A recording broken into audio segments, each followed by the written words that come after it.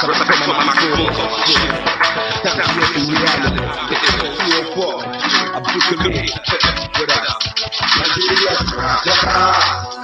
everything scatter. Come on, this suffer. What's up? Go shot in the air. Nigeria, jaga. Everything scatter. Come on, this suffer. What's up? Go shot in the air. I'm not back in Korea. Come on, this suffer. What's up? Go shot in the air. I'm not back in Korea.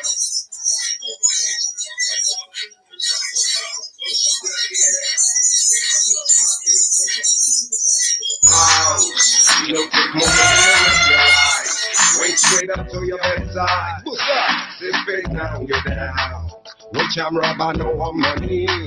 Which I'm rubber, no one Johnny. Now political, I'm rubber with that. Now waiting to kill Nigeria, ho. Nigeria, jaga. Areas destroyed during the January 27, 2002 bomb blast. Nigeria, jaga. Everything scatter. Come on, this suffer. Busa. Gunshot in the air. If you say Kiyamo, Pia. They lock him for jail for Abuja. Kingsley has been set day for yeah. Had they been there, now they beat all of them. Yeah, but inside prison. Everything scatter. Come on, they suffer. Busa. Gunshot in the air, what you say? Nigeria, jaga. Everything scatter. Come on, they suffer. Busa. Gunshot in the air. Nigeria, jaga. Everything scatter. Come on, they suffer. Busa. Gunshot in the air. Africa, is the love your land. Africa is no more than land. We did grow. Hey, there's still that world. We did grow. There's still that world. What about culture now? What's it go Nepa, what's the irregular? For one night for Nigeria, baby to Ikeja, now 100 naira. West State in a popular action film for Nigeria. This is what you're still looking at. We delete big right. I estate for Calabar. That's Nanaderia Mafia. For Nigeria, everything jaga. Woman, they suffer. Busa. Gunshot in the air, what you say? Nigeria, jaga. Everything scatter. Woman, they suffer. Busa. Gunshot in the air. Nigeria, jaga. Everything scatter. Woman, they suffer. Busa. Gunshot in the air.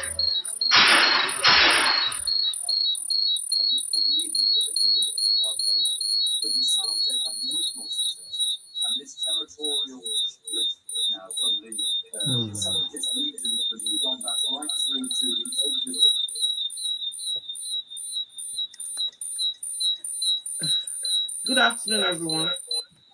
I was saying, yes, something echoing.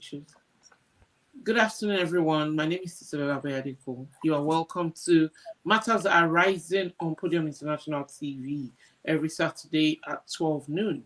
And here in the studio with me is my co-host, Mr. Kayode Emola. Hello, Mr. Kayode. Good afternoon, Coach Tak. Welcome everybody to today's program. Thank you. Can you hear me very well, though? Because it's looking like I can't hear you. Yeah, I can hear you loud and clear. Oh, awesome. Okay. And we welcome our viewers. Today's topic is Yoruba Nation. Is it a dream or a reality? We'll discuss. We encourage you to please get involved in the conversation, because Matters Arising does not concern only one person or only one group of people. It concerns everybody. What we discuss here every Saturday is matters affecting our daily lives. that's possible to affect our future. In fact, it's going to affect our future if nothing is done about it. So, if you're just coming to our channel for the first time, kindly subscribe and hit the bell button so that you'll be notified every time we come on. We have different programs on Podium International TV. But today, it's Matters Arising, and you're welcome to discuss. Mr. K, what's your take? Yeah, thank you, Coach Tak. Dream or reality? The first thing is we need to understand what a dream is. Because sometimes even dreams can become reality. Mm, Uh, it's not a bad idea to have a dream.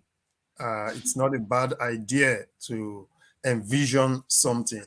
So we have some years ago, in the last century, we had Martin Luther King, and he said, "I have a dream," and what he was referring to.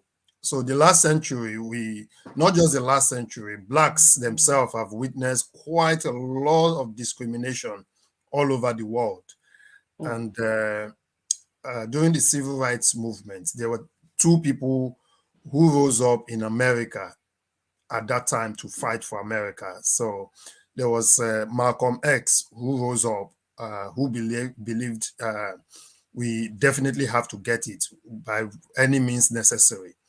And we have a Martin Luther who believed that we would get it. It's a dream. So uh, a lot of people did not take these two people seriously. Fast forward 44 years after that famous speech that Martin Luther King gave, a black man in the person of Barack Obama became president. So, what was his dream? What was Martin Luther thinking about? Uh, we all saw George Floyd when he was murdered by a police officer, Chauvin. Blacks have naturally witnessed all violent. forms of discrimination, whether in Europe or America or even in the Africa, where we have a lot of blacks. So uh, they were having a dream that at one point in time in history, that the black man will be able, or the white man will be able to look at the black man and give him a job, not because he's black, not because he's what the way he looks, but because he believes he can really contribute. So far, we see that it's getting better, but it still needs to a lot still needs to be done. So when we're now coming to Yoruba Nation, a lot of people will be surprised when we tell them that quite a lot of our parents, grandparents, over 70, 80 years ago have been fighting for Yoruba Nation. And as a matter of fact, what our forefathers or founding fathers dreamt of was fighting for Yoruba Nation. And that is one of the things that led to the independence of Nigeria. Because Britain was like, rather than just leave one portion, we'll just leave everything. So, and that is how we got Nigeria. But we discovered that the problem was still there. So it doesn't matter whether it was white administering Nigeria Mm, or it was or the, black. the indigenous people administering Nigeria. The problem was still there. And now Yoruba are now saying, let's do a rethink and see if we will get our own nation outside of Nigeria. So a lot of people, when you tell them Yoruba Nation, they will tell you, oh, it's too bogus, it's too this, oh, I don't want to be involved now, oh, this is a wild dream that you people are having, it will never happen, it will happen. So quite a lot of people have different sets of opinion, but Mm. all I believe is Yoruba Nation has come to stay, and sooner rather than later, we will get our true sovereign Yoruba Nation. Thank you. Oh, thank you, Mr. Kayode, for shedding light on the journey and doing a bit of history 101 there. Thank you very much. Now, the people doubting the vision the people doubting the journey, do they have a point? What do you think they're seeing? Because if something is not just a mere, like, dream without action is just a dream. It might Yeah, not come to reality. No, no, no, no, one moment, please. It might not come to reality. Yes, our people are taking a lot of actions. And are the actions the Yoruba is taking the right action to take that would deliver Yoruba Nation? Or what do you think? What's your take? Why do you think people are doing that? Thank you, Mr. Alabi Bashir, one moment, and Sylvia Berry. Thank you for joining us. Yeah, Mr. K. yeah, thank you very much. It's sometimes it's good to doubt, because doubt does something to you. It helps you evaluate and reevaluate yourself.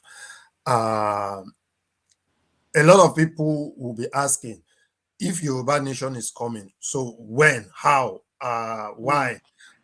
Can I go and do something else and then come back to do Yoruba Nation? Or when, if it's not going to happen now, when is it going to happen? People should not just raise our hopes or all in the name of nothing. Uh, but then we need to understand something that in this world there are people who does things not really understanding what they're doing, mm-hmm, and there are some people who does things who half understand what they are doing, mm-hmm, and there are some people that for them is a conviction. mm. So by the time you put all these people together, you now begin to imagine and believe that it's all the same. But no, it's not the same, because everybody's life's journey is different. One of my mentors told me that there's something we call the light bulb moment. That light bulb moment, it happens when something hits you and you just believe that, oh no, this would never work. So for me, I had a light bulb moment in 2011. And what really happened, several people have different experience of when they believe or what they believe. So I'd always thought, oh, Nigeria was one, we are one people, we are great people, and this and that. So I relocated to the north. When I stayed in the north, on one occasion, my life was threatened by a Mm. northerner. And what he mentioned to me was that Nigeria is already divided. They are just waiting for the day their northern elite would blow a whistle and tell them, go for it, and they will go for the jugular and break the country. So then they were so paranoid that good luck could take over, because they thought it was still their term after the death of Yaradua. Yaradua. So I was like, what's wrong with you? Good luck is his vice, he's taking over. Yeah, let good luck. So good luck was a Nigerian, so why could he not be president? But the way Mm. some people see it was not. So I didn't take it seriously. It was another occasion when the election, so that this incident happened before the election.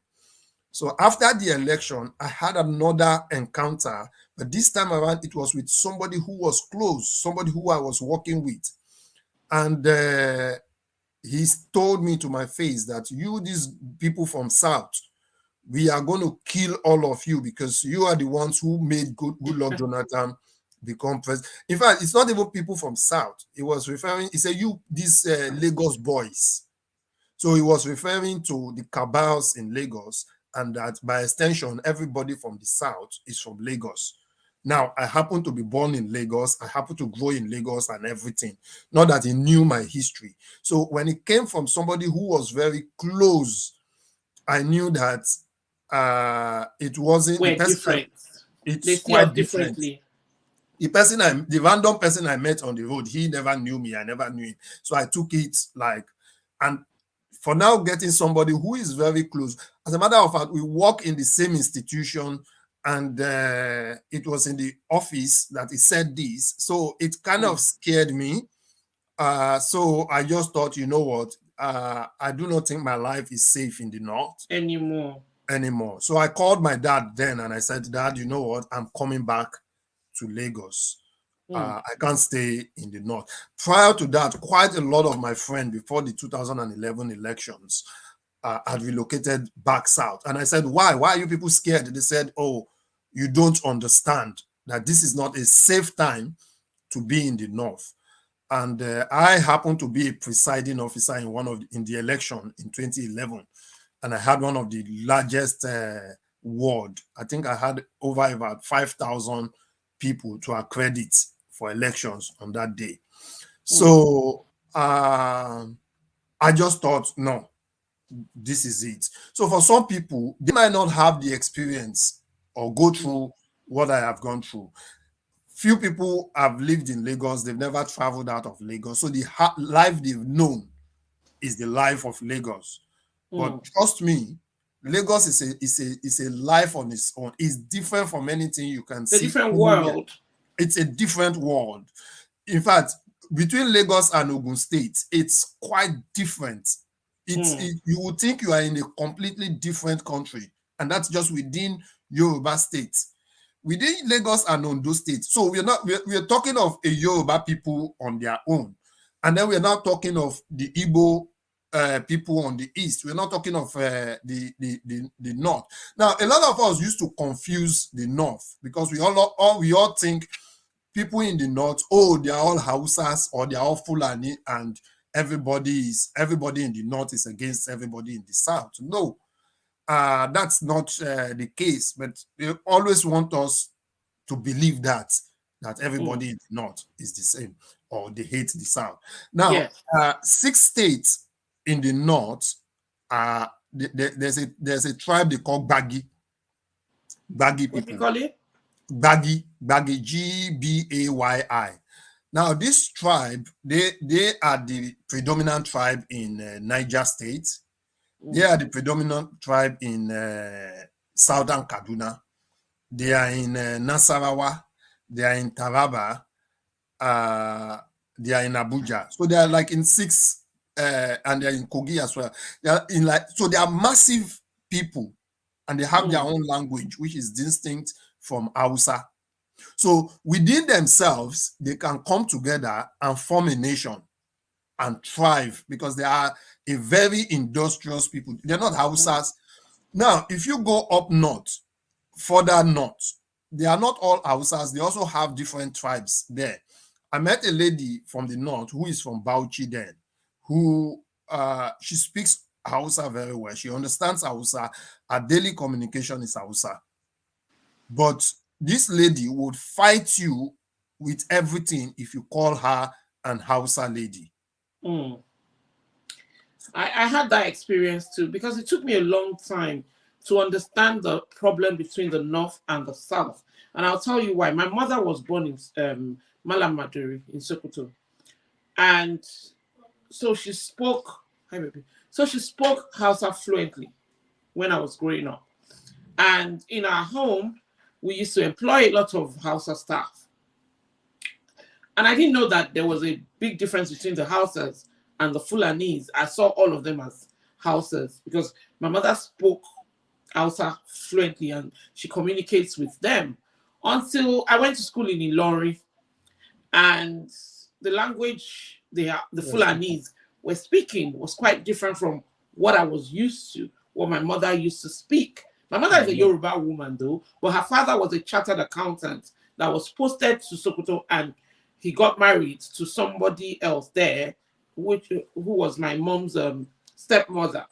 And, you know, my mother also was born there. So anyway, so I now went to school in Ilorin, and I lived in the MS Palace, the Zulu Gambari himself.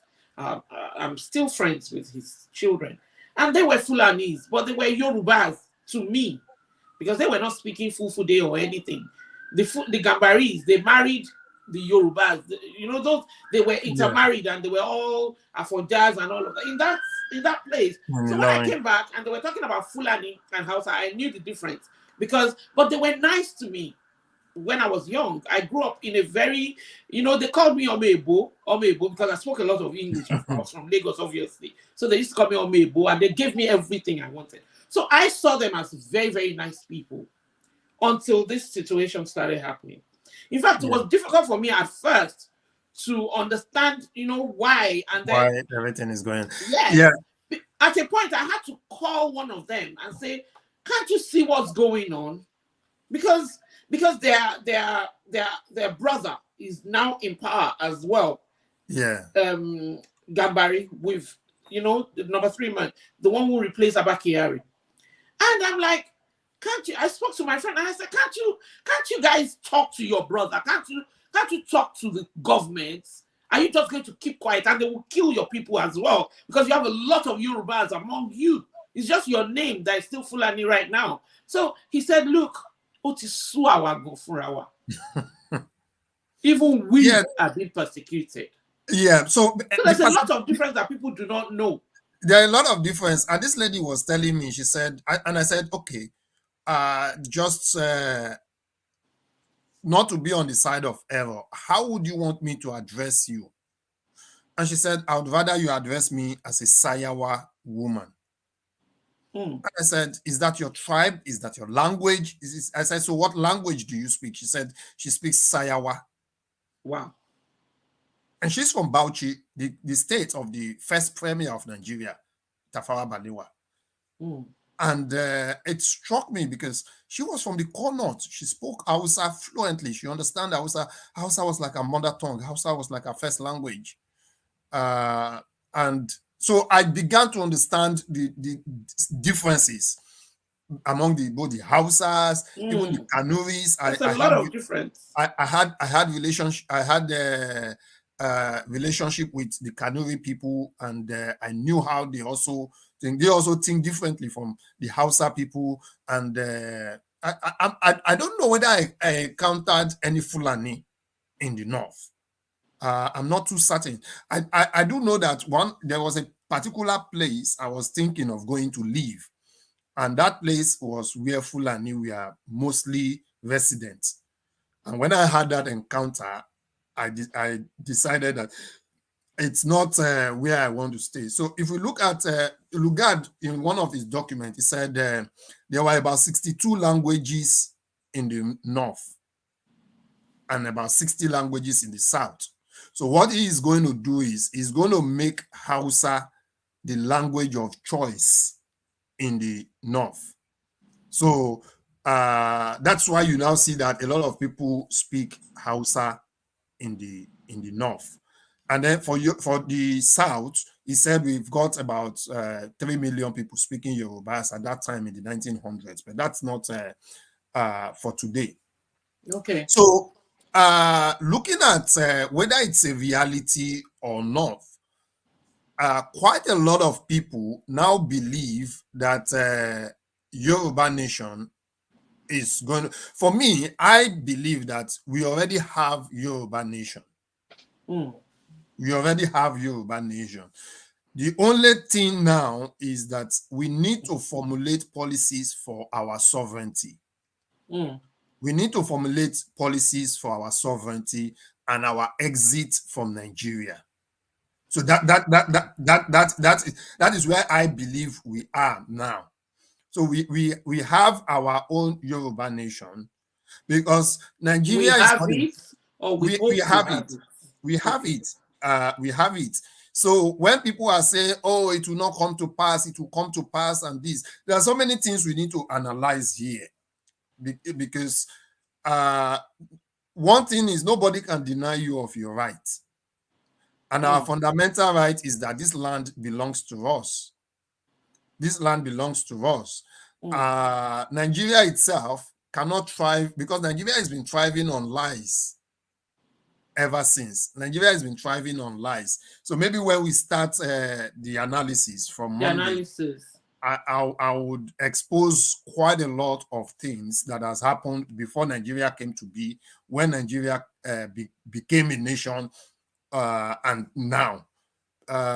So even the Igbo nation was a creation. The Igbo nation was a creation of the British. The Igbo nation was a creation of the British. What we used to have was the Benin Kingdom. And the extent of the Benin Kingdom went as far as the east. the extent of the Benin Kingdom went as far as the east. So even when Oba Ovurame was deposed in 1897 by the British soldier, he ran away to Calabar because those places were still his territory.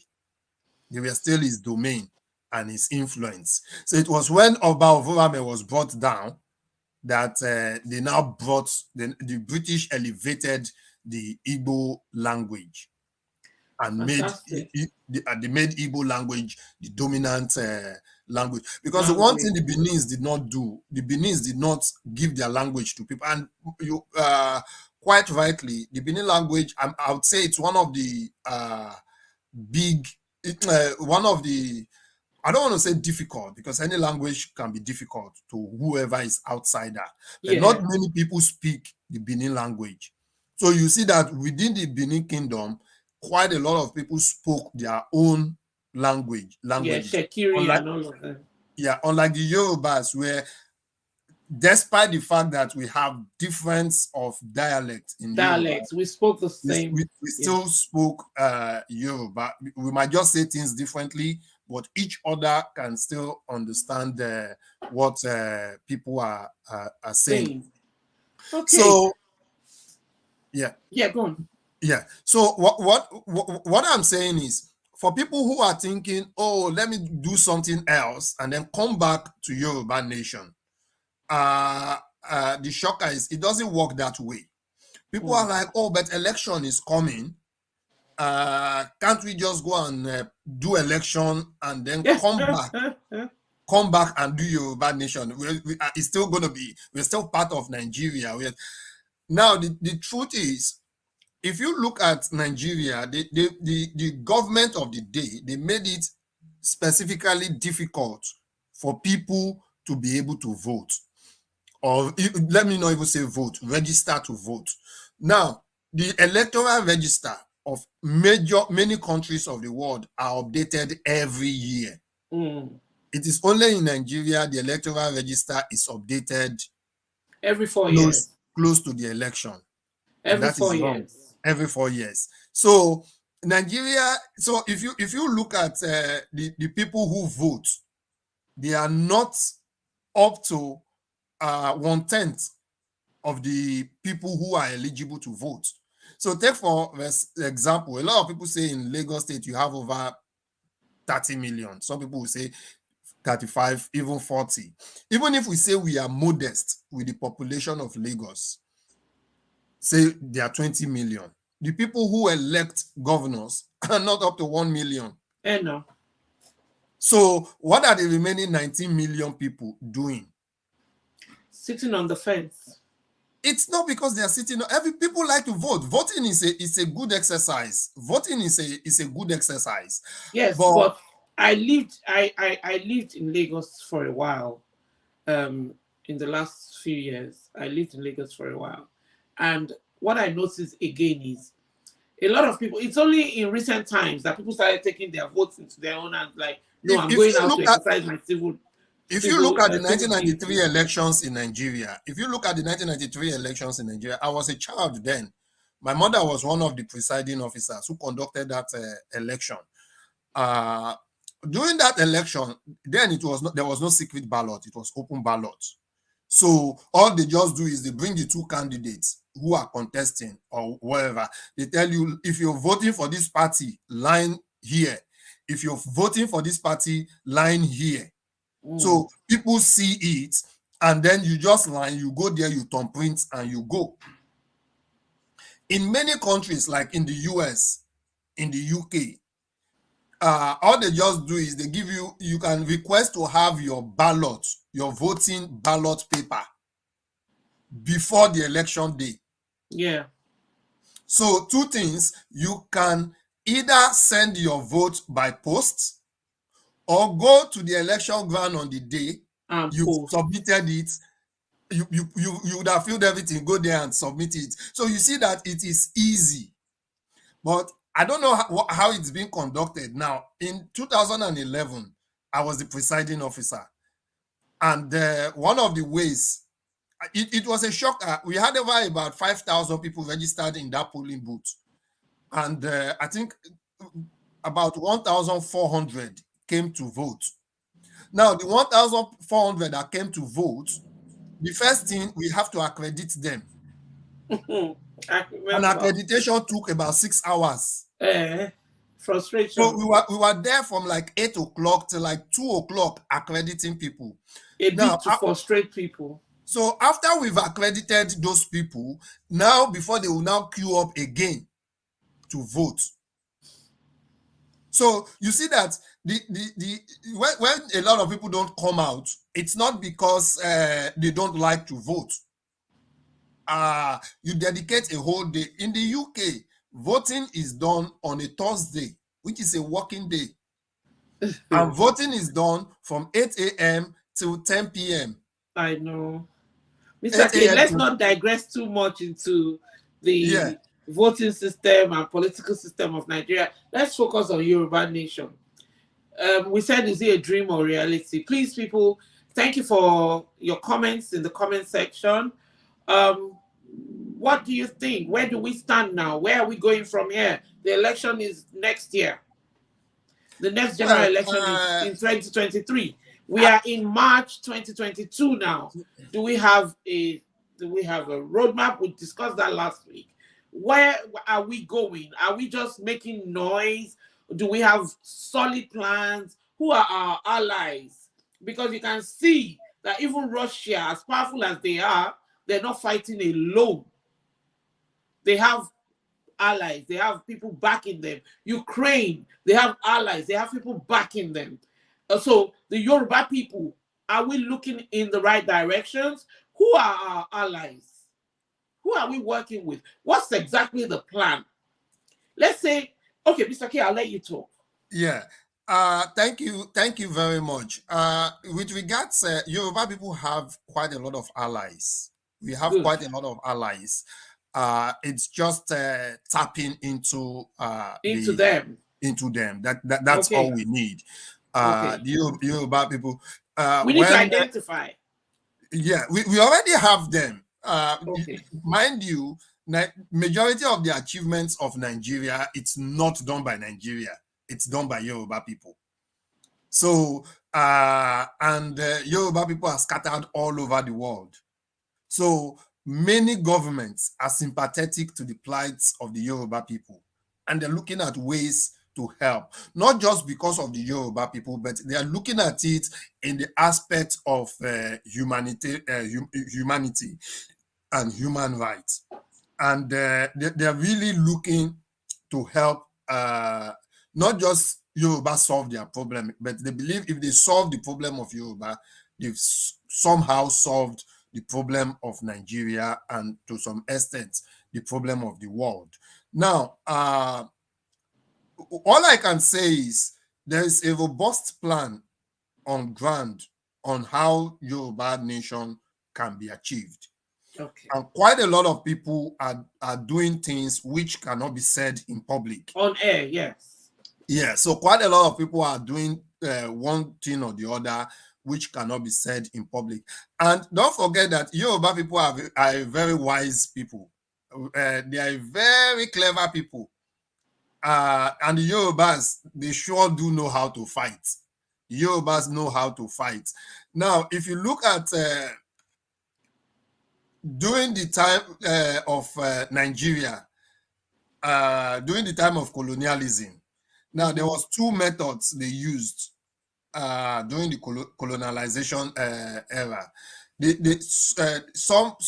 Many places in Africa were either conquered territory or territories by treaty. So many places in Nigeria also fell victims of that. So our territory in the Yoruba land, we were part of a treaty. So we had a treaty with Britain. Places like Benin, we are conquered. Places like Efik and some few places like that. The British analyzed everything and they put it in that this place is conquered, this place we have a treaty with them. But rather than being because the difference between conquered territories and treaty is for those that they've conquered, Britain can basically do whatever they like Mm. to them. For those they have treaty with, they have to treat them with mutual respect and Yes. understanding. So for many people who are saying, kini, the only thing tí mo lè sọ ni pé ẹ má fòyà, ẹ má dẹ̀ bẹ̀rù, because Yoruba Nation would be reality. I cannot come here and tell you in the next 6 months we would raise the Yoruba flag as an independent nation. That would be deception. I would not do it. But all I can tell us is that the dream of getting our own sovereign nation would become reality. Now, we talk about how some people are working, how some people are behaving.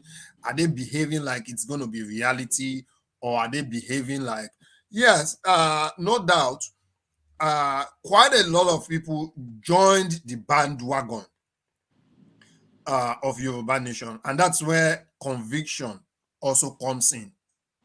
You know, I said there were 3 sets of people. Some people who heard the cry and just joined. They didn't even know what they were joining. There are some people who joined half-heartedly. Okay, maybe there or not there. So those people, they will be on the fence even. And there are some people who joined wholeheartedly. And that's the people who have conviction. And once you have that conviction that, yes, this will definitely happen, then the focus is not now Nigeria. The focus is not now election. The focus is not now who becomes one position or the other. Some people say, oh, if a Yoruba man gets to presidency, maybe things will be better. Or if an Igbo man, or if a Southerner, or what if it's a Northerner? The first thing we should realize is that Nigeria is not going to work, whether it is a Northerner or a Southerner or a Briton or an American or whoever rules Nigeria. Nigeria is a fabricated system, and that system is unreal. Is corrupt. They come and they tell you, oh, corruption is the problem. Corruption is not the problem of Nigeria. Every country is corrupt. Maybe if you can say, okay, the scale of corruption in Nigeria, but Nigeria is a system, and that system would not make governance work for the people. And that system would also not make the people work for governance. And so when you have a clog in a wheel, thank you, there's no way the wheel can work, because it's supposed to be moving in cycle. Because you say, oh, those countries, they are doing this and that. If you take the most corrupt Nigerian politician to come to maybe Norwegian politics or UK politics or American politics, they would not be able to loot a penny. Why? Because the system would not allow them. But if you take a British politician who is good to the Nigerian system, because the system is not good, may turn that person who may not take bribe, not that they will not take, who may not take bribe, a corrupt person, they turn them to. So that's why I say it is not the politician themselves per se, but the system. The system breeds that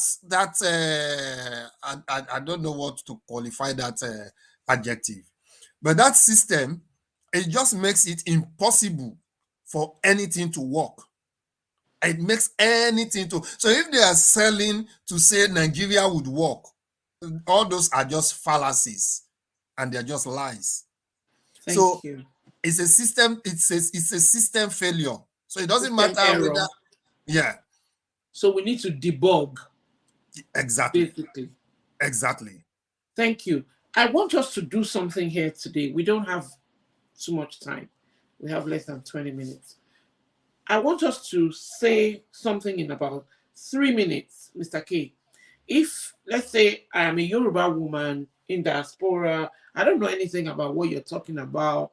I believe you're trying to break Nigeria. Let's just say I don't know that. So how can we give that person a 3 minute and what I call an elevator pitch? Like, how can we pitch Yoruba Nation in less than 3 minutes? How can we Thank you. explain let it cover where we're coming from, where we are, where we're going in 3 minutes? And Yeah. this clip will be shared with a lot of people asking a lot of questions. What is Yoruba Nation? You people are wasting your time. You people don't have a plan. You people don't know what you're doing. You're trying to break Nigeria up, blah, blah, blah, blah, blah. Let's try and give them something that they can, a bite-sized information loaded with facts. Your time Thank you. starts now.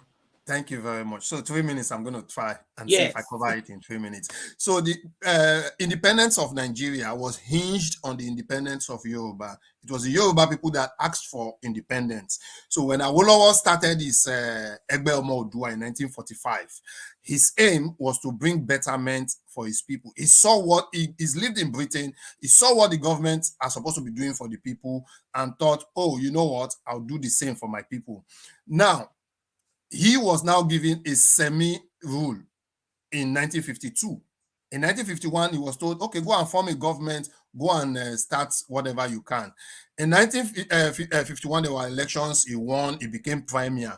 Now, they refer to the 9 years he was premier of Western Nigeria as the golden years of Nigeria. How will 1950s compare to 2020? This is nearly 70 years. Rather than progress, we've gone back. What Awolowo was able to achieve, he brought free education, he brought free health care. People can get scholarship to travel to the UK to school. Now, when our people travel to UK to school in those days, it is not to come and settle in the UK. They come, they study either law, either engineering or whatever. They go back and develop their land. But Nigeria happened to the Yoruba people. And what is Nigeria? Nigeria is a system that can never work. And how can you know a system that can never work? You bring a program, you write a computer program, you bring in another computer program, and the two programs cannot understand themselves. You bring them together, all you are causing is a clash. Now we have clash of ideas and clash of culture. We have a progressive Yoruba and a retrogressive Nigeria. What does that bring? One will have to succumb to one. And those who have the majority will always win the minority. So Yoruba on their own are a majority in their land. But in Nigeria, we are not the majority. So in Nigeria, it is difficult for one tribe to become the majority because we have many tribes, like I explained earlier.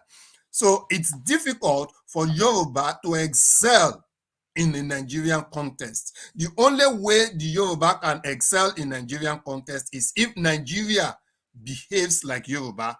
But unfortunately, rather than Nigeria to behave like Yoruba, Yoruba started behaving like Nigeria. And that is where we lost it. Now, a lot of people used to see the phenomenon of Almajiris in the north. Almajiri is a system where children are not educated. And now, instead of us to have our children being educated, 30 seconds. 30 what seconds are we having?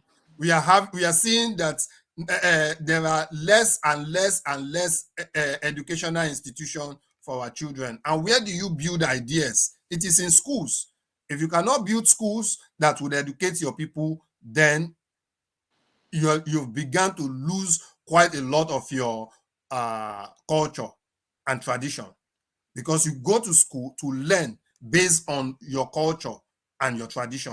Now we are not being taught our history. We don't even know where we've come from. We don't know the challenges we've faced, and we don't know how to face it. And that is why Yoruba today needs to leave Nigeria. Thank you. Thank you very much. At least we've been able to put something concise, something together that we can tell people, we can share with people. So guys, if you're watching us today and you would like to explain Yoruba Nation in simple terms while we're doing this, we will cut this clip and share with you. So if anybody's asking you a question about Yoruba Nation, why Yoruba Nation, why are you joining the Yorubas can never do this, Yorubas, just send that to them as your answer. So every week we'll give you a nugget, 3 minutes nugget that we will cut and share with you so that you will be able to equip yourself. If you believe in Yoruba Nation and you believe Yoruba Nation will happen, then you have a duty of care as well. You have a duty to share information with people who are yet to come on board. If people are saying they don't understand, they don't want to come on board, it doesn't mean they are your enemies. Of course. It's because they don't get it yet. The moment they understand what they will be losing or gaining, then they will come on board. So share the information with them. Please, if you're watching us and you have not subscribed to our channel, kindly subscribe to our channel. Hit the subscribe button so that you will always know you're still watching Matters Arising with Kayode Mola and Titi Aboyade Cole every Saturday at 12 noon UK time. That's 1 p.m. Yoruba Nation, Yoruba time. So let's continue, Mr. K. We'll have the last few minutes to discuss this. So what advice do you have for the youths, the young people in diaspora and the young people back home? Thank you. Yeah, the fight for Yoruba Nation is because we have seen that Nigeria cannot work. The advice is whatever you do, sell the brand Yoruba Nation. A Welshman is happy today to wear their Welsh t-shirts and carry their Welsh flag. An Englishman, a German, a French. Yes, there's nothing called Nigeria. There is no brand called Nigeria. If you tell people Nigeria, the first thing they think is corrupt, backward or savage or whatever.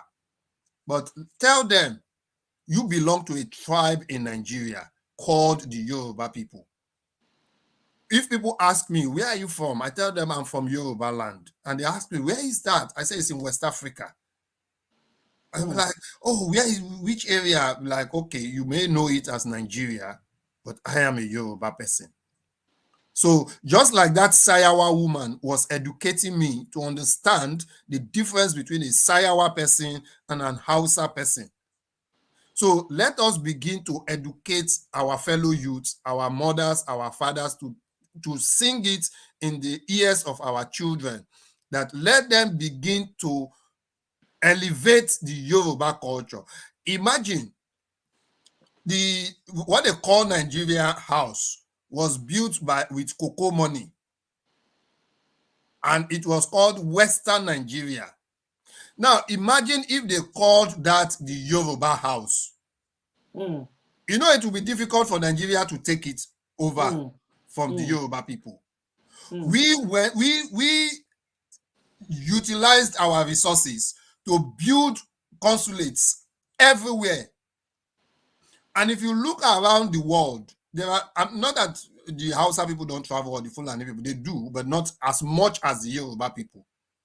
So in terms of revenue, it is those from the south, the Yorubas and the Igbos and other tribes from the south, the Benins, the Edos, the Auchis, and the Calabas, the Efik, the Ibibios, even from the Middle Belt and the North. So, but mostly it is we from the south who bring quite a lot of revenue and the Middle Belt. Now, if that was a Yoruba house, it would have been difficult to take it over. But because it was Western Nigeria, the Yoruba people were the first people to bring television to African soil. We had television when France had not even got television or the idea of having television. But today, France have their own France 24 that propagates their message out to the world. But what do we have? We let Nigeria take it. So it was Western Nigeria, WNTV. They removed the W and now changed it to Nigeria TV. So imagine if NTA. it was if it They was changed it to NTA. to NTA, Nigerian Television Authority. They have the authority over it. Imagine if it was a Yoruba television, YTV. Then it would be difficult. Then Nigeria would go and build their own. Then we know that this is Yoruba television or Yoruba radio. We have a question from Mandy B. She said, does the Yoruba campaigners have solid strategy to separate from Nigeria before the next election? I asked that question earlier. We need to Before fix the that. next election, that's why I said it will be difficult for me to come out here and tell you. She just said, do we have the strategy? Well, yes or no? I'll leave that questions to the strategists, but I can say that there is a plan. There is a plan for the Yorubas to leave Nigeria. Nigeria as it is on a self-destruct mode. You know, when something is on a self-destruct, you only need a tiny push to take it down. Ticking time bomb. A ticking time bomb. Before, Yorubas were the equalizer. Yorubas were the equalizer. So right from independence, the Igbos wanted to go. The Arewa wanted to go. So you see that 2 coups happened within a period of 6 months. Why? Because these people were determined to leave Nigeria. Yorubas were the only remaining part. So Yorubas have now joined the equation. So the 3 parts are now having feud. So definitely, there is a plan on how they will go. How the strategy will be utilized may not be something I'm able to share on the live program, but definitely maybe a more higher person in the Yoruba Nation struggle would have to share that. We will invite some of our leaders, some of the Yoruba leaders, to come and talk to us. Probably next week, Saturday, we will have one of the leaders on this show because this topic needs to be treated. These questions need to be asked. People need to be educated. Even the Yoruba Nation campaigners, they need to be educated. Some of them are doing it out of passion, but lack of information. They need this information. A youth just asked a question, but is the plan solid enough? Yes, I believe Mr. K just answered that question, that he's not in the position to answer that question on behalf of the Yoruba people, that we will bring the Yoruba leaders, the spokespersons, the faces of the organization or of the movement, we'll bring them to come and treat this. Okay, Mandy B also asked another question. Are the Yoruba Nation looking at option to change the constitution to allow for referendum? Good question. That's a good question. Referendum doesn't need to be in the constitution. So we don't need a change of constitution before we can have a referendum. You don't need a constitution for that. More so, Chile just had a referendum to change their constitution. So a referendum, everybody can agree and say, okay, let's have a referendum. And even the Northerners, the Coalition for Northern Groups, have sued the court to allow the Igbos to have a referendum. But they don't want to, for obvious reasons. Yeah, so you don't need to change the constitution to have a referendum. You can have a referendum with or without the constitutional amendment. Zainab, who is a youth, and this is reason why I want to. This is one of the reasons why I want them to have the information, because they can take it to their age mates. Zainab is a very young lady. She's also, So she's asking, the constitution belongs to Nigeria. So if there has to be a succession by the Yoruba Nation, then they have to come up with theirs. Yeah, thank you. The Yorubas, yeah, I understand what you say by constitution. Mind you, the Western Nigeria has a constitution already that we used up until it was thrown away in 1966. So although I'm not going to say that constitution is fit for purpose, one of the things I've proposed is that the Yoruba needs to have a Yoruba National Conference, not a Nigerian National Conference. We need to have a conference to sit down within ourselves and ask ourselves how we want to be governed. But that's the next phase of the equation. So we among Yorubas need to sit down among ourselves and say, forget whether you are for Nigeria, forget whether you are for Yoruba Nation, forget whether you don't even believe in it, forget whether you are restructuring. We are first Yoruba. So how do we have our land governed so that we don't implode on ourselves? So in the terms of constitution, I don't think that will be a problem for you, but we've got us to put together. Yeah, for us to put together. But even if worst case scenario, we can revert temporarily to the ones we used in between 1952 and 1966. Thank you, Mr. K. Thank you, child of God. She said, more grace, Mr. K and Sister C. We really appreciate all of you for joining us today. If there's any other question, please bring it up. We have 4 more minutes to go. So, Mr. K, thank you. Thank you for that. Do you have any advice for our leaders? The advice I would give to our leaders is we should be resilient in what we are doing. We saw Ukraine. We saw President Zelensky. He could have taken the easiest option. And the easiest option was he could have gone to any country. He could have gone to any country. He knew his people were going to die. He knew his life was in danger. He told one of the visiting presidents, he said, this may be the last time you will see me because I don't know what is going to happen. I was reading the news this morning, and a man he's been in the Ukrainian army. He left in 2014. He came back to fight, and 3 days later he was shot. He died, and he was buried. So these are innocent people putting their lives on the line. I know. Yorùbá dẹ̀ ní mi ò lè wá kú, ò lè joyè ìdílé bàbá ẹ̀. And that's one phrase that's going around in Nigeria now. I can't come and die. I can't come and kill myself. And you want Yoruba Nation. Yeah, and I see a lot of people, they say, oh, no, you people are bringing war. You people are bringing this. Last week, we saw our guest who say you go to war to bring peace. Ukraine stood on their ground.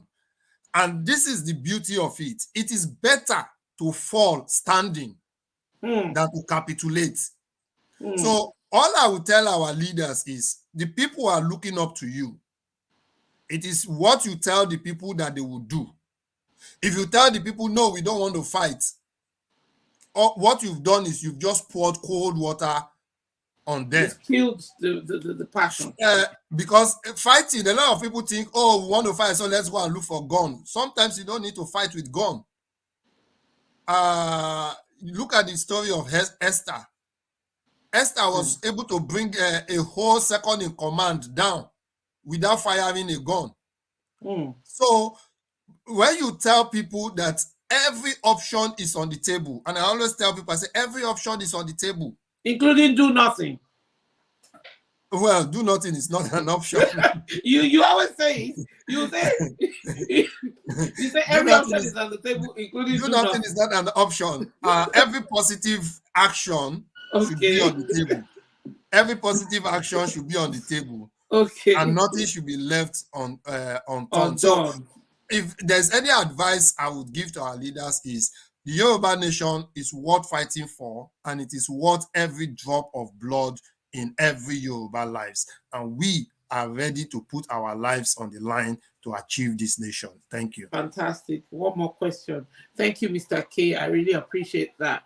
I would like to say thank you to our mother, Mrs. Felicia Ojo. She said, kudos to both of you. You're doing a great job. You will not do this in vain. Thank you. Amen. Thank you, ma. Ojoya Dalema.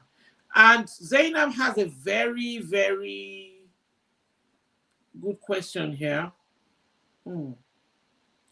She said the fact that we Yoruba doesn't, or we're Yoruba doesn't mean we don't have different ideologies. So how do we settle when there's conflict of interest amongst the Yorubas?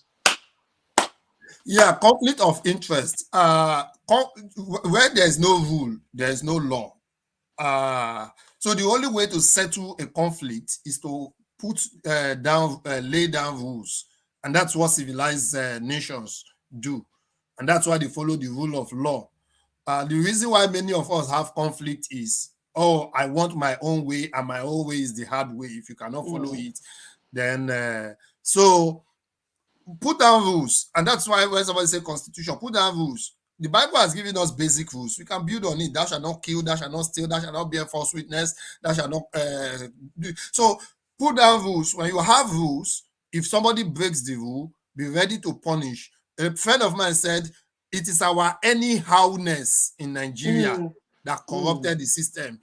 You see somebody who has committed a crime, instead of him to be punished, he wants to bribe to get away with that.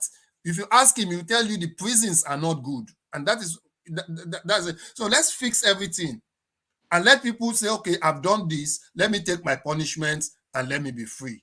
So to fight conflict of interest is just simple rules. If you have housekeeping rules, that should solve that. Thank you. IT Support and Services said, there are so many Tinubus and this is an obstacle to the race. What are we going to do about this? If you said there are so many Tinubus, I know there's a Tinubu family and they're not... No. I understand. Okay. So what the question is, there's so many people supporting Tinubu. So I just wanted to, it's just technical, not so he said, and this is an obstacle to the race. Yeah, there are so many people supporting Tinubu, and the Tinubu ideology is the Nigerian ideology. And I would say it's a menace that we need to fight when we get to Yoruba Nation. Now, if you say this is an obstacle to our race, if it is the race to Yoruba Nation, yes, it's an obstacle because you cannot say Tinubu is not a force to be reckoned with in Yoruba land. He's been able to pollute the Yoruba system with ill-gotten wealth. And a lot of our people, because a lot of our people now see achievement based on what you can be able to get or grab from the government rather than what you can be able to give to the society. People go into government and governance to give. But these people have given us nothing. They've not no good roads, no water, no education, no anything. So there are more and more private schools than government schools in Yoruba land now, which is not supposed to be so. That is not the vision Awolowo had. That was not the vision that Jack Condes they had. Jack Conde built quite a lot of schools in Lagos. And that is what they're still living on today. And because the capacity is now overstretched, you see many mushroom schools, which should not be in circulation, teaching children. When the children finish secondary school, finish university, they don't even understand the meaning, what is JAMB. They don't understand the meaning of WAEC. In the north, children are being promoted on 20%. I mean, how can you build a viable functioning society when students are, the only thing they can aspire to is to go and become bike drivers and truck pushers, and that is not going to build our society. We need highly skilled job that can bring food on the table to millions of our people.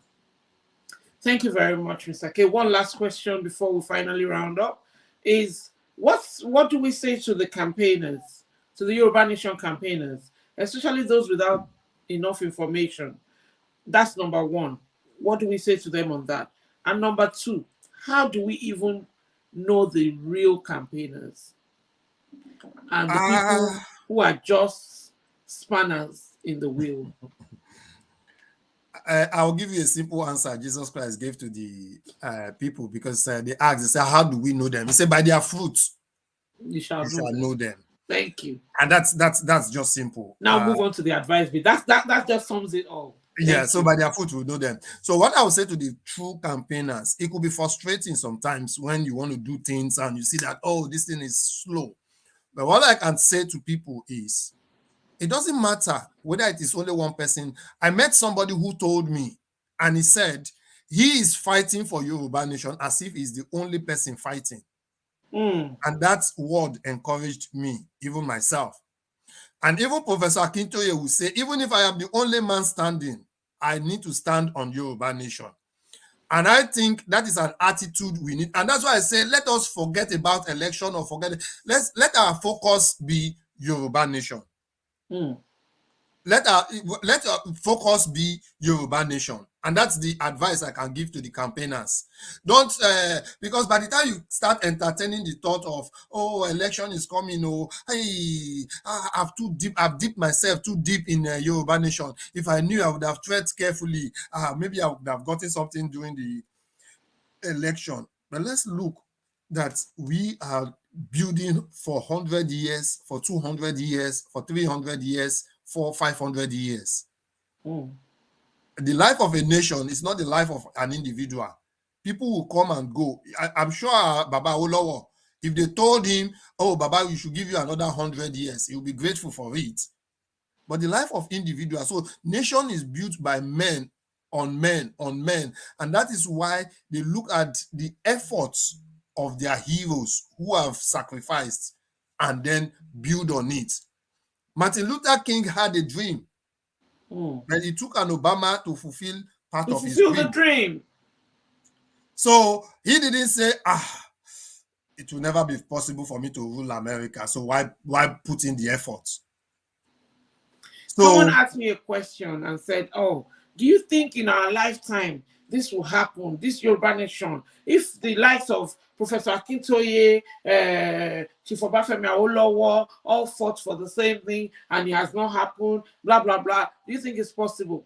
I said, yes, it's possible. The time we might not be certain of when, but let's look at it as a relay race. Run your beat and pass the baton, even if the race doesn't end in your own time. of But course, run your beat. Don't break the race. wouldn't it be nice when, even if I am, God forbid, I am 90 years and they give us the Yoruba flag and say, have your Thank nation, you. and my children can Tears of joy will roll live in down peace and be our happy. eyes. Yeah. Yes. But I know that Yoruba Nation is a reality and it will come sooner than people expect. Nigeria is going to self-destruct, but we're going to aid it to destroy itself so that Yoruba Nation can happen faster. Thank you. Oh, thank you. What an interesting conversation today. Thanks to everyone who joined us. Lizzie Dosumu, Zainab, Mommy Ojo, Child of God, Mandy B, Francisco, Jude, everybody who joined us today. We're really grateful. We love and appreciate you. We can't do it alone. It takes a whole city to raise a child. So Sylvia Ebere, Emmy Oladimeji, we thank all of you and appreciate you. Alabi Bashiru, thank you. So This is where we say, I'll just take this last minute to okay, ask people to watch the analysis. So we're going to yes, analyze how Nigeria came to be, the lies about Nigeria, and we're going to analyze the 1914 amalgamation document, the document that brought Nigeria to. It's not the document that brought it, but the document that documented everything about how Nigeria was brought together and why it was brought together, and how we can de-amalgamate Nigeria. Thank you. thank you very much, Mr. K. Yes, guys, Mr. K has just said it. The analysis will be starting on this platform from Monday at 8 p.m. every Mondays and Wednesdays, right? At 8 p.m. UK Yeah. time, that's 9 p.m. Yoruba time. Is going to be breaking down the document into understandable to the smallest molecular form that anybody would be able to assimilate. And if you are equipped with information, then you make your own decision, you draw your own conclusions, then you will own your journey. I always say to people, I'm not in this because of anybody. I'm not in this because of any other thing, but I own my journey. It's my reality. It's my belief system. It's what I believe. If I believe something is not right, I came into the journey because they were killing Yoruba people. I was just tired of the genocide. That was the why for me. Your why could be different. But by the time Mr. Kayode Emola breaks down the amalgamation document, the one we also call Igbeyawo Tipa Tipa, then you can tell, you can decide for yourself whether you want to be in that marriage, you want to continue to be in that marriage, or you want a divorce. And if you want a divorce, come back here next week, Saturday. Let's talk about it. But please join the conversation. Join the analysis on Mondays and Wednesdays on this platform. Also, tomorrow, we have a program called Dear Parents.